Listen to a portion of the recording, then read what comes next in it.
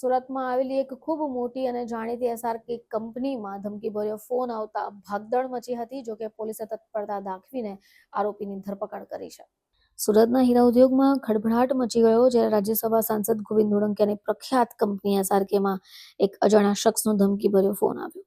આ ફોન કરનારે સીધી જ 25 લાખ રૂપિયાની ખંડણી માંગી અને ધમકી પણ આપી કે જો નાણાંમાં નહીં મળે તો કંપનીના યંગ જનરેશનને જાનથી મારી નાખાશે.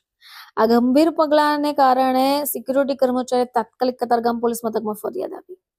હાઈ પ્રોફાઇલ મામલો હોવાથી કતારગામ પોલીસે તાત્કાલિક ગુનો પણ નોંધ્યો અને તપાસ શરૂ કરી અને ગણતરીના જ કલાકોમાં આરોપી સુધી પહોંચી ગઈ, જેનું નામ વિજય દેસાઈ હોવાનું જાણવા મળે છે. આ બીજું કોઈ નહીં પણ આ જ કંપનીનો પૂર્વ કર્મચારી છે. વિજયને શેર બજારમાં 15 થી 20 લાખ રૂપિયાનું મોટું નુકસાન જતા તેને દેવું થયું હતું, જેના માટે એણે શોર્ટકટ અપનાવ્યો. પોતાની જૂની કંપની પાસે ખંડણી માંગવાનો પ્લાન કર્યો. પોલીસે ચકમો આપવા વિજયે પૂરેપૂરું ષડયંત્ર રચ્યું. કોઈ ભિક્ષુના નામ પર એણે સિમ કાર્ડ ખરીદ્યો અને ખંડણીનો ફોન કર્યા પછી પુરાવા નષ્ટ કરવાના ઈરાદે મોબાઈલ અને સિમ કાર્ડ બંને નદીમાં ફેંક્યા. પરંતુ ટેકનોલોજી અને પોલીસની સતર્કતાને સામે એનો પ્લાન નિષ્ફળ રહ્યો.